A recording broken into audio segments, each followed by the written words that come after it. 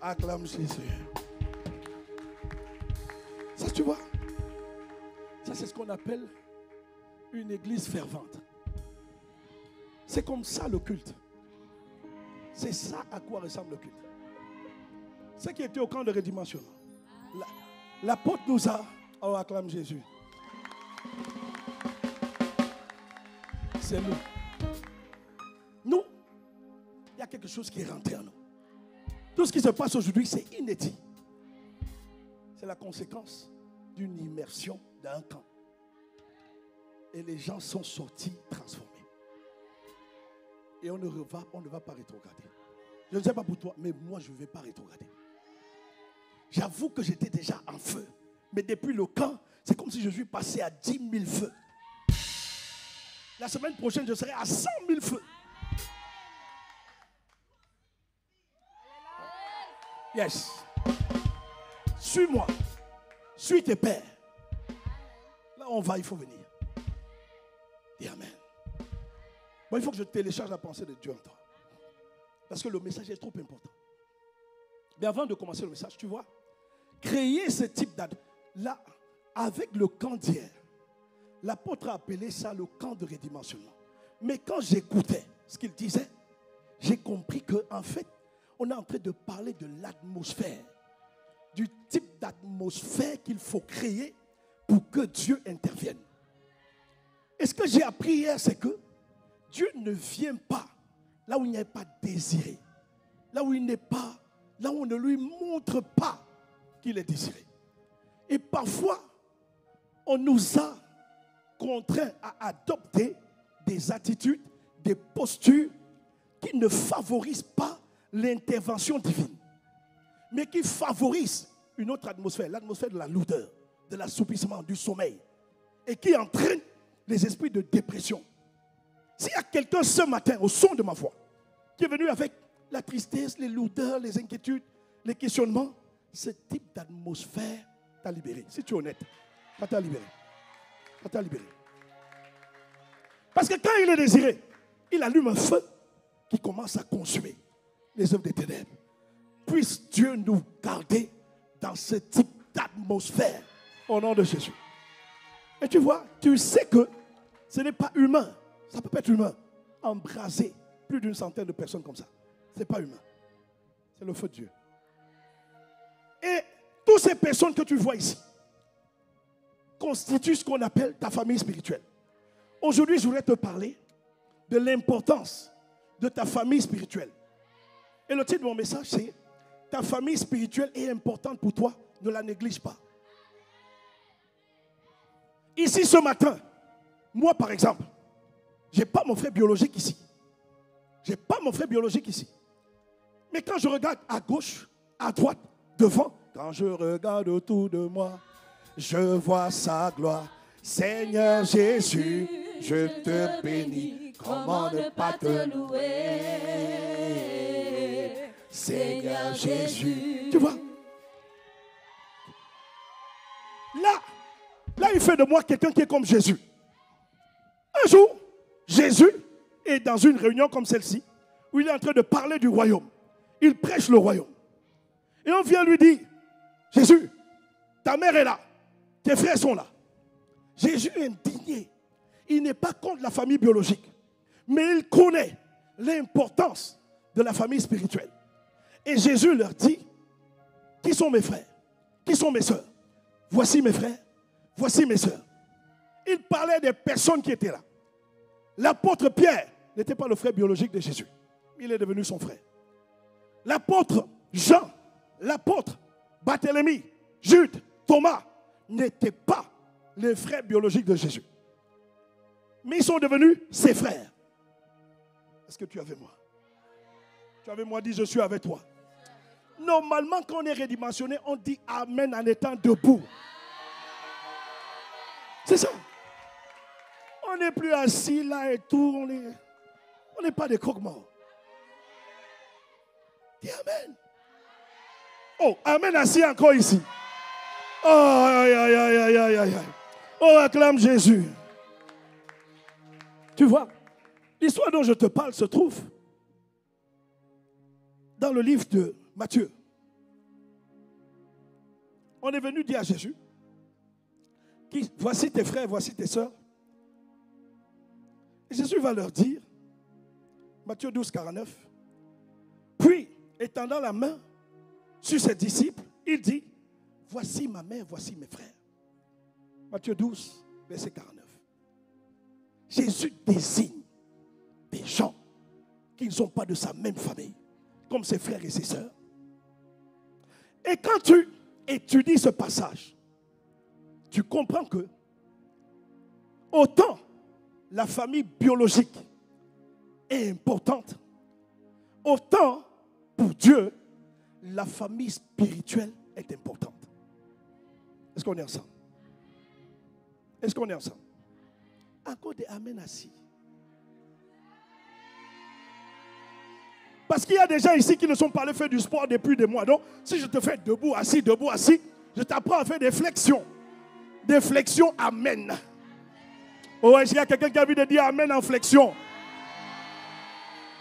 Acclame Jésus. Ton voisin va commencer à prier. Et maman, et Seigneur, fais qu'il ne demande plus de amen. J'ai envie de m'asseoir. Il faut dire debout. Vous ne combattrez pas ça. Ça s'appelle le redimensionnement. Oh, quelqu'un me dise amen. C'est ça. Enlevez-moi ceux qui ne veulent pas se lever ici. Allez derrière, allez derrière. Ici, nous, on veut les gens qui contrôlent l'atmosphère. C'est ça. Ah, c'est ça.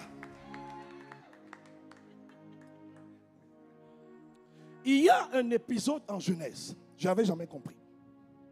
En Genèse chapitre 6, la Bible raconte l'histoire de la première destruction de la terre. Vous savez, quand Dieu a créé la terre, d'Adam jusqu'à Noé, il va avoir un shift. Il va avoir une rupture. Il va avoir un changement radical. D'Adam à Noé, le paroxysme du mal, le taux du mal sera à son haut niveau. À un tel niveau où Dieu prend la résolution de détruire la terre. Et seule une poignée de personnes descendant de Noé ou attachés indirectement ou directement, mais il y avait quand même des liens de sang à la famille de Noé. La Bible parle de sa femme, de ses fils et de ses enfants. J'avais toujours, en lisant ce texte, pensé que purée, plein de familles ont été détruites, mais seule la famille biologique de Noé a été sauvée. Jusqu'à ce qu'en préparant ce message, Dieu me donne la révélation de ce qui s'est passé. En Hébreux 11, 7, la Bible dit, c'est par la foi que Noé, divinement averti des choses qu'on ne voyait pas encore, et saisi d'une crainte respectueuse, construisit une arche pour sauver sa famille. Je suis allé regarder le mot famille. Le mot famille vient du grec oikos. Et oikos signifie la famille de Dieu. Ce qui veut dire que, à ce temps-là, Dieu n'était pas en train de sauver une seule famille biologique. Il était en train de sauver sa famille à lui. Quelqu'un avec moi ou pas? Qu'est-ce qui s'est donc passé? Il s'est passé que l'évangélisation de Noé, les gens ont bouché leurs oreilles. Et ceux qui ont été sensibles, Sem, Cham, Japheth, ses fils, leur femme, sa femme, sont rentrés dans l'arche. Mais Dieu ne voulait pas détruire tous les hommes. Le fait est que Dieu ne peut pas créer l'homme et prendre plaisir à détruire l'homme. C'est le cœur de l'homme qui se tourne et qui épouse le châtiment de Dieu. Ce n'est pas la faute de Dieu. Est-ce qu'on est ensemble? Mon point est de te dire que de tous les temps, de tous les siècles, Dieu œuvre, Dieu agit, Dieu se déploie pour sauver ses enfants, sa famille. Et la famille de Dieu est la constitution d'une multitude de familles biologiques dans le monde. Est-ce qu'on est ensemble? Voilà pourquoi, au-delà de ta famille biologique, tu as une multitude de frères et sœurs qui n'ont pas la même race que toi, qui n'ont pas la même face que toi. Ils n'ont pas les mêmes cheveux que toi. Mais ce sont tes frères et tes sœurs. Donne un amen comme le tonnerre. Et aujourd'hui encore, mon frère, ma soeur, la terre sera détruite. La terre-ci sera détruite. Les maisons que nous chérissons, ça va disparaître. T'inquiète pas, don't worry. Les hôpitaux, tout va être emporté. Pas plus par le déluge, mais par le feu. Mais avant que cela n'arrive, Dieu veut sauver sa famille à lui. Ça veut dire toi. Nous tous ici. On n'est pas nés de la même mère. On n'est pas issus du même père. Mais en Christ, on a un père. Tu te rappelles du chant, non? J'ai un papa dans les cieux. C'est notre papa commun. Dis amen. Acte 18, 10. Je suis avec toi. Personne ne pourra s'attaquer à toi pour te faire du mal. Car il y a dans cette ville un peuple nombreux qui m'appartient. Tu es avec moi? Dieu nous dit à Dijon, j'ai un peuple nombreux. Nombreux. En Bourgogne-Franche-Comté, j'ai un peuple nombreux. On a une multitude de frères et de sœurs qui sont là autour de nous. Et dans ce texte, Dieu envoie son serviteur pour aller prêcher l'évangile, pour aller lancer la leçon, afin que ses enfants entendent sa voix et le suivent. Ce texte parle de toi et de moi. Qu'est-ce qui te fait peur d'aller évangéliser? Qu'est-ce qui t'effraie quand tu dois aller évangéliser? Dieu sait que les ténèbres s'opposent au salut des gens. C'est pour ça qu'il dit, personne ne pourra s'attaquer. En fait, le mot s'attaquer ici, personne ne pourra te dominer. Personne ne pourra t'égorger. Personne ne pourra te soumettre. Parce qu'ils vont t'attaquer. Ils vont t'intimider. Ils vont t'apeurer. Ils vont lever des cabales contre toi, dans le but de te faire rebrousser chemin. Mais Dieu dit, personne ne réussira. Beaucoup d'enfants de Dieu n'ont pas compris ça. Est-ce qu'on est ensemble? Tu es avec moi? Personne. Alors qu'est-ce qui te fait peur?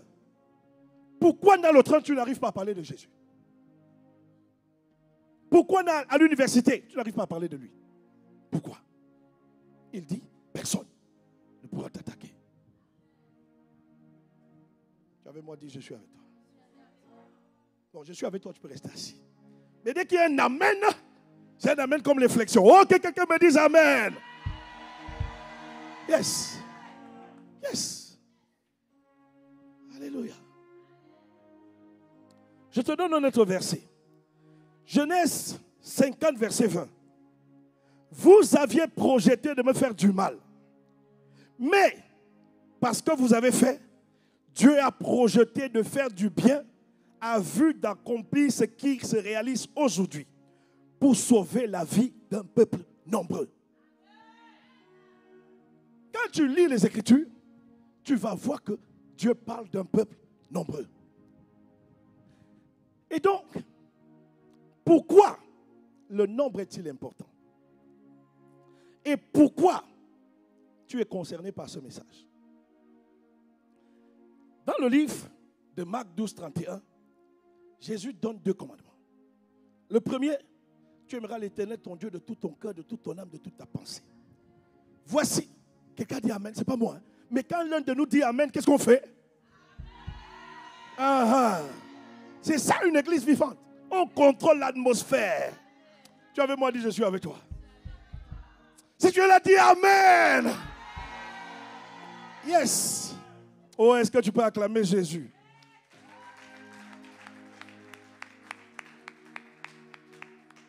Jésus dit, tu aimeras ton prochain comme toi-même. Il y a 2 mots ici. Aimer. J'ai regardé pour toi ce que c'est aimer.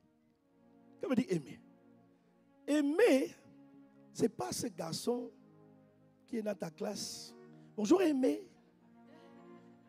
Non, ce n'est pas lui. Amen.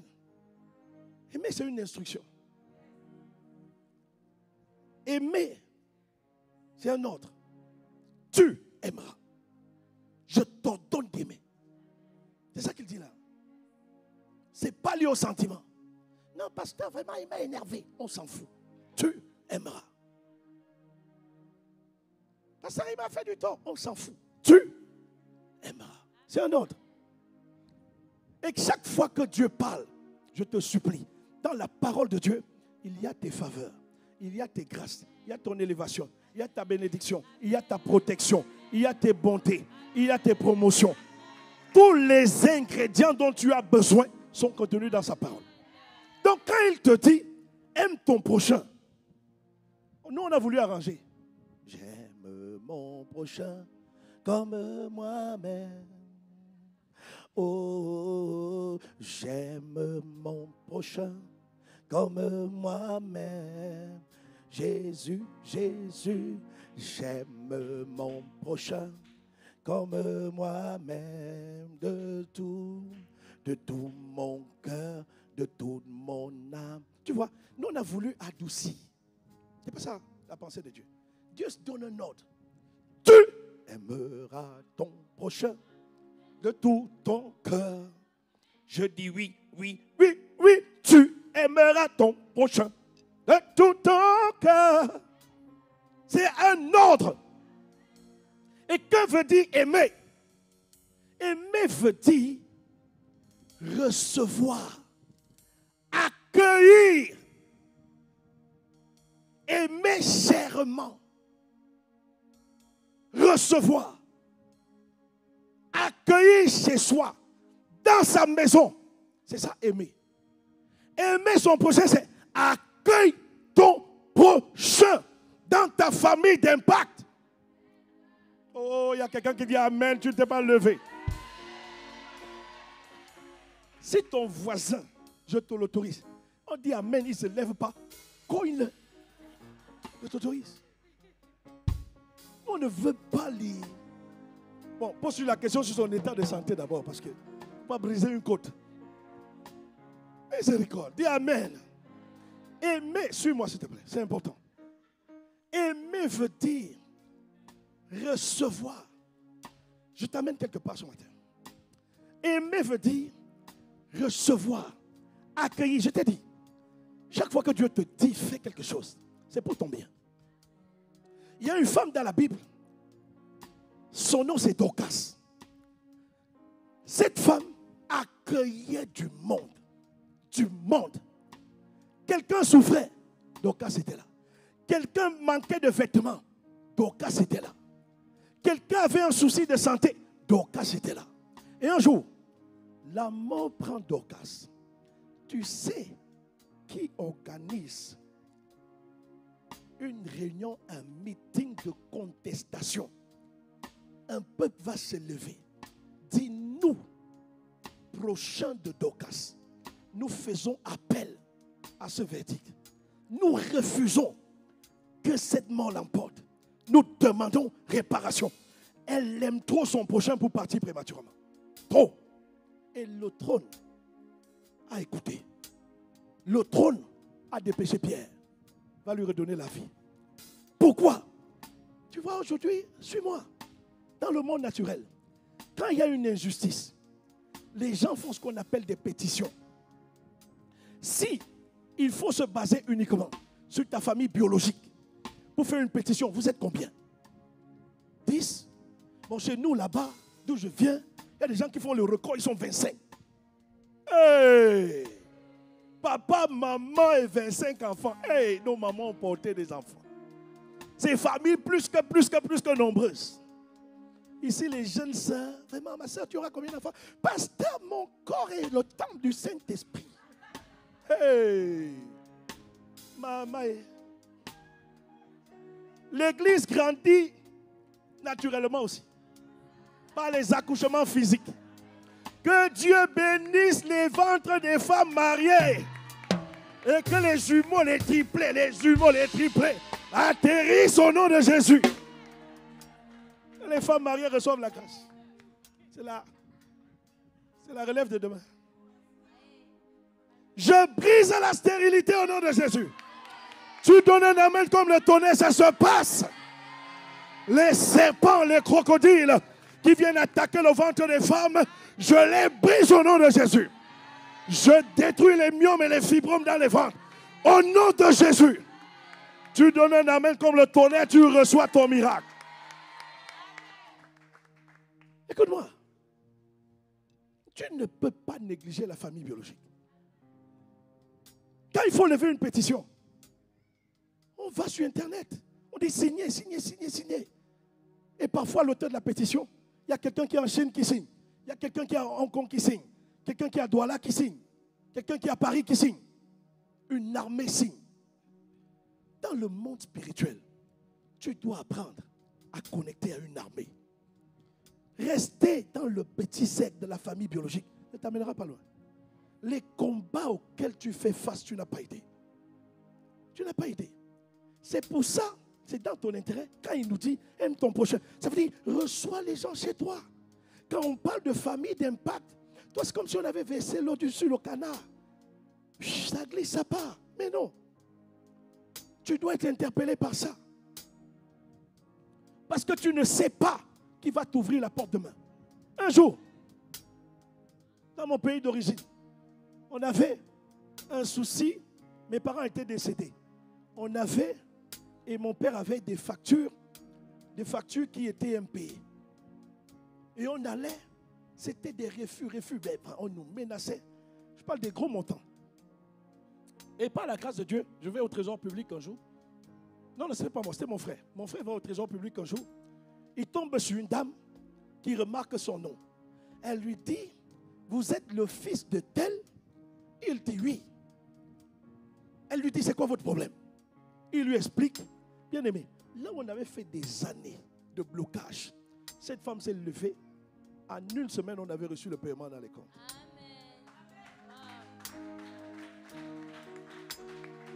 On n'était pas parentés. Et il n'est pas de notre famille biologique. Qu'est-ce qui s'est passé? Un jour, mon père lui a fait du bien. Elle s'en est souvenue. Ne cavez-moi pas. Tu n'as pas idée de la puissance de la famille spirituelle. Toi, tu viens à l'église. Tu es assis, tu es droit comme un. Salue ton voisin de gauche. Salue ton voisin de droite. Hey! Mais il peut être ton futur mari. Hey! Elle peut être ta future femme. Aucun beau gosse acclame Jésus. Que les beaux gosses, regardez autour de vous, regardez autour de vous, regardez autour de vous. On brise l'esprit de célibat ici. Que tu le veuilles ou pas, je vais célébrer les mariages dans cette église. C'est important. Oh, quelqu'un dit Amen. Amen, assis encore. Laisse-moi me rassurer que Dieu est quand même en train de te parler. Est-ce que Dieu est en train de te parler? Est-ce que tu comprends l'importance de la famille spirituelle? Tu aimeras ton prochain. Et le mot prochain, ce n'est pas ton frère et ta soeur de sang. Au sens biblique, ton mot prochain, c'est tout être humain. Tu dois aimer tout le monde. Amen. Pourquoi maintenant? Et je finis bientôt. Pourquoi c'est important d'aimer au-delà de sa famille biologique? Pourquoi c'est important? C'est le seul moyen par lequel on se multiplie rapidement. La famille spirituelle est le seul moyen, je pèse mes mots, par lequel tu te multiplies rapidement. Regarde. Moïse conduit un peuple. Et le peuple a grandi, près de 3 millions de personnes. À un moment, il est dépassé, c'est compliqué. Dieu aurait pu dire à Moïse, Moïse, va vers Séphora, fais encore des bébés. Fais Gershon, fais Micham, fais 70 bébés. Ça aurait pris 80 ans pour qu'il parvienne à la même stature que Moïse. Mais Dieu avait besoin de multiplier des Moïse. Et Dieu s'est retourné vers le principe de la famille spirituelle. Qu'est-ce qu'il a fait? Il a pris le DNA, l'esprit qu'il y a sur Moïse, il l'a déposé sur 70 personnes. C'est une multiplication rapide. Est-ce qu'on est ensemble? Voilà pourquoi je te dis, il y a quelqu'un ici, dans le domaine de l'entrepreneuriat, tu as envie d'entreprendre. Mais quand tu regardes dans ta famille biologique, il n'y a personne qui a les compétences que toi. Comme toi, autant que toi. Mais quand tu vas regarder au-delà de la famille biologique, tu vas voir des personnes en qui ont des prédispositions et qui sont prêts à recevoir ton DNA et s'associer à toi, et ça va aller beaucoup plus vite. C'est pour ça que je te dis, tu ne peux pas négliger ta famille spirituelle. Ne fais pas cette erreur.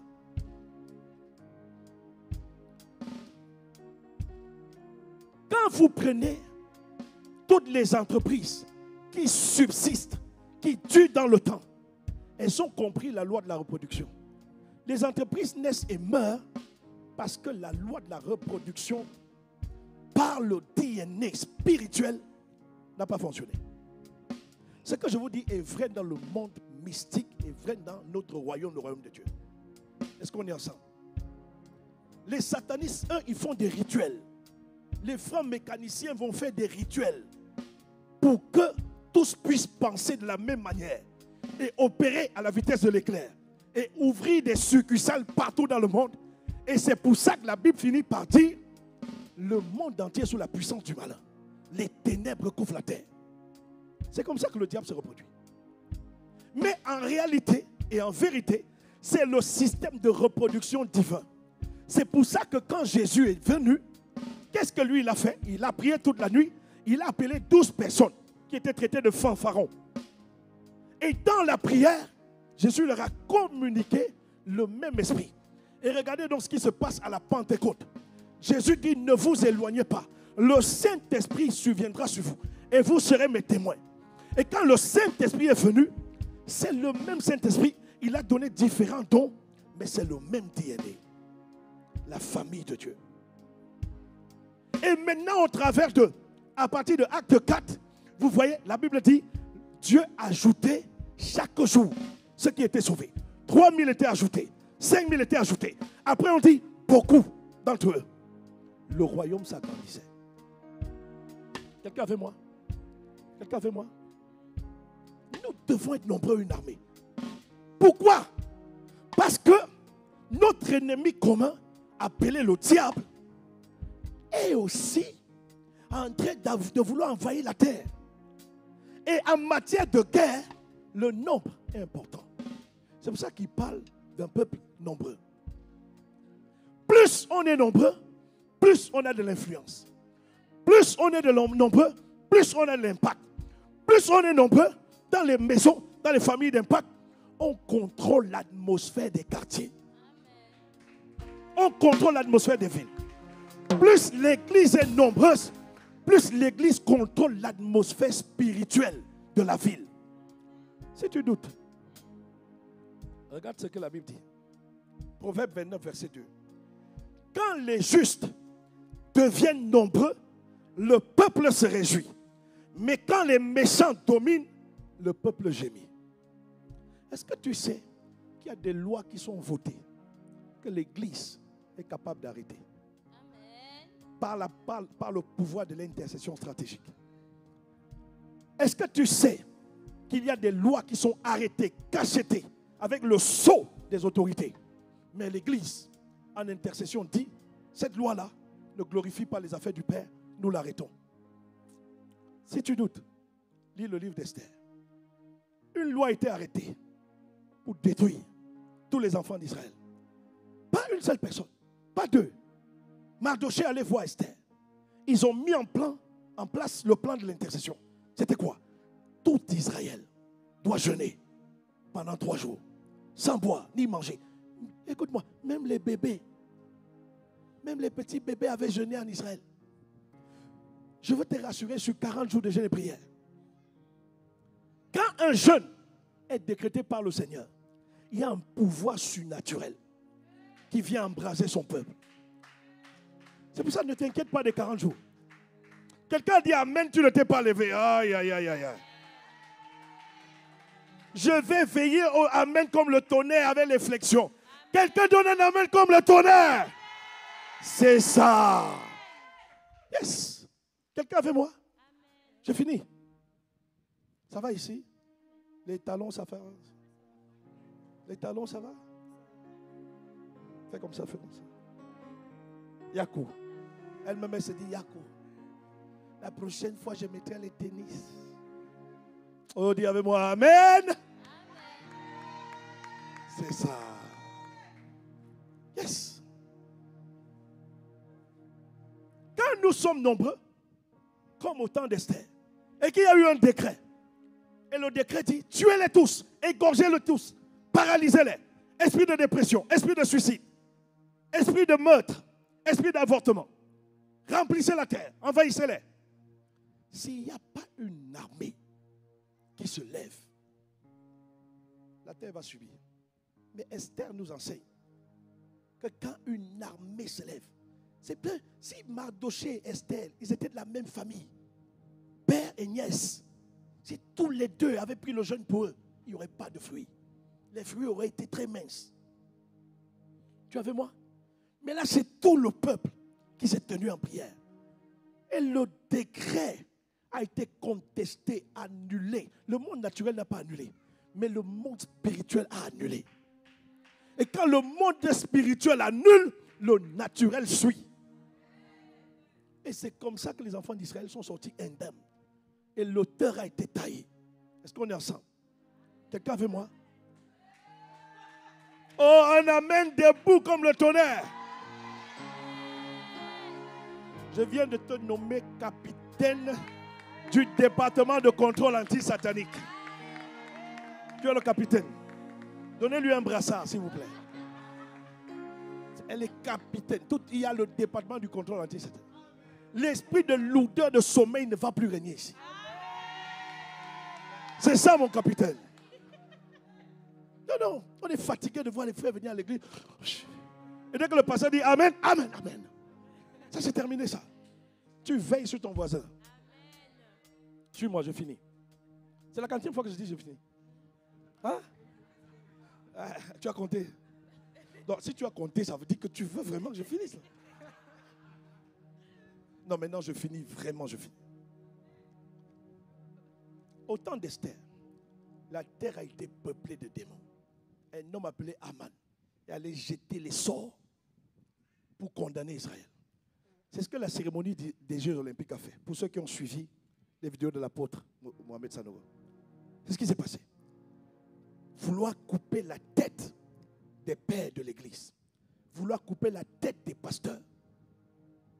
Vouloir couper la tête de tout ce qui est autorité. Et quand la tête est coupée, les brebis sont dispersées. C'est pour ça que tu es concerné. Voilà pourquoi tu ne peux pas être indifférent à ces 40 jours de jeûne et prière qui concernent ta famille spirituelle. Et au temps d'Esther, tout le peuple s'est levé. Et quand tout le peuple s'est levé, ils ont par leur intercession de prière stratégique dépollué l'atmosphère. C'est ce que nous allons faire pendant ces 40 jours. Pas toi de ton côté, mais toi et ta famille biologique et ta famille spirituelle. Tu as compris qu'elle est importante, non? Tu as compris? Yes. Comment ça va se passer? 40 jours, c'est rien. Ne sois pas inquiet. Il y a des gens, quand on a dit 40 jours, en fait, ils s'est déjà vu squelettique à la fin des 40 jours. C'est pas, ça ne va pas t'arriver. C'est pas ça. Après, certains ont besoin de perdre un peu, c'est pas mauvais. Moi, les vacances ne m'ont pas fait du bien, vraiment. Je me suis pesé avant-hier, sortant des vacances, 5 kilos. J'ai dit, hey. Donc, ce jeune tombe à point aimé. Donc, moi, ça va m'aider. Est-ce qu'il y a quelqu'un que ça va aider? Oh, acclame Jésus. Le but du jeûne, ce n'est pas de maigrir. Le but du jeûne, c'est de dépolluer l'atmosphère. Voilà pourquoi, pendant ces 40 jours, je t'en supplie, ne reste pas seul de ton côté. On a plein de familles d'impact. Si tu n'as pas la liste des familles d'impact, ne pars pas à la fin de ce culte. Je t'en supplie. Ne reste pas seul de ton côté. J'essaye de mettre de l'humour dans ce message, mais si je dois être un tant soit peu sérieux, nous vivons des temps très graves, Église. On met de l'humour pour faire avaler la nivaquine. C'est tout. Mais les temps que nous vivons sont très graves. Il y a des gens qui risquent de quitter la terre prématurément. Ils ont entendu une voix qui leur a dit « jette-toi, égorge-toi ». Ils ont entendu une voix qui leur a dit « suicide-toi ». Il y a des gens qui risquent de perdre leur emploi bêtement. C'est ça, cet esprit de méchanceté qui a été jeté. Donc, s'il faut être très sérieux, mais je n'ai pas voulu prêcher comme ça. J'ai voulu, dans l'humour et l'amour, te rassurer, parce qu'en réalité, nous, on connaît la fin de cette chose-ci. On sait qu'on sera trouvé plus que vainqueur. Ce qui ne veut pas dire qu'il faut sous-estimer. Il faut payer le prix. Et tu vas, je vais, nous allons payer ce prix. Alors, laisse-moi en 2 minutes te dire comment. Nous, ici à Dijon, pendant ces 40 jours, on priera le matin de 5h à 6h sur Zoom. S'il te plaît, si tu n'as pas le lien de connexion, ne pars pas à la maison sans ce lien. Qui est responsable des liens de connexion sur Zoom ici? C'est qui s'occupe? Zavira, lève-toi. Je t'en supplie. Rencontre Zavira. Donne-lui ton nom, ton prénom. On te rajoute dans le groupe WhatsApp pour que tu aies l'information. Tu vas connecter à une armée. Il y a près de 60 000. Rien qu'à ICC, nous sommes près de 60 000 dans cette dynamique. Nous avons les églises Vase d'honneur, les églises Compassion. On a compris l'urgence du moment. Est-ce qu'on est ensemble?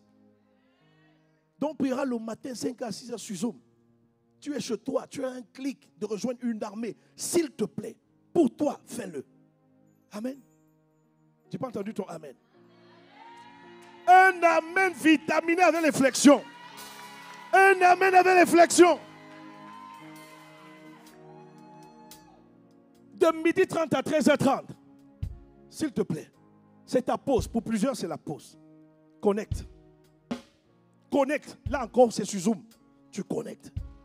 Et tu vas être avec une famille spirituelle nombreuse qui sera en train de prier pour toi.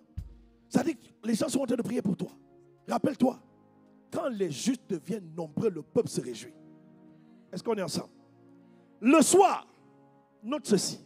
Les soirs, donc dès demain, les lundis, les mercredis et les vendredis, c'est en présentiel. Ici au campus de Dijon. Et dans nos églises en Bourgogne-Franche-Comté, là où Dieu nous fera la grâce d'avoir des espaces. Est-ce qu'on est ensemble? Donc, ce que je suis en train de te dire, demain lundi, 19h30, on est ici. Mercredi, 19h30, nous sommes ici. Vendredi, 19h30, nous sommes ici. 3 fois par semaine. Est-ce qu'on est ensemble? Et donc, que faisons-nous le mardi et le jeudi? Le mardi, nous allons dans les familles d'impact. Rappelle-toi, on n'a pas la grâce de Dieu, une multitude de frères et sœurs qui ont compris l'amour du prochain et qui accueillent les gens. Aimer, c'est accueillir. Tu seras accueilli dans une de nos nombreuses familles d'impact. Si tu n'as pas la liste, Maëva se tient à ta disposition. Tu auras juste à scanner un QR code. Et tu vas avoir la liste de toutes les familles d'impact. Et tu vas repérer celle qui est proche de chez toi. Tu y vas simplement là-bas. Les mardis, juste pour 1 heure. Les mardis, la prière est en local. Dans la famille d'impact. Pour 1 heure, s'il te plaît. Est-ce que quelqu'un avec moi? Je n'ai pas entendu. On aura la conduite se fera dans les familles d'impact. Je t'en supplie. Le mardi, vas-y, ne reste pas. Même si tu habites loin, on peut trouver des solutions de covoiturage pour venir te chercher. Dieu nous fera grâce. Je n'ai pas entendu toi-même. Et le même procédé le jeudi. Nous nous retrouvons dans les familles d'impact. Amen. Le jeudi, par contre, c'est 1h15. À 20h15, tu as fini. Tu vas à la maison. Est-ce qu'on est ensemble? Est-ce qu'on est ensemble? Et le dimanche, on est là pour nos 2 cultes de célébration.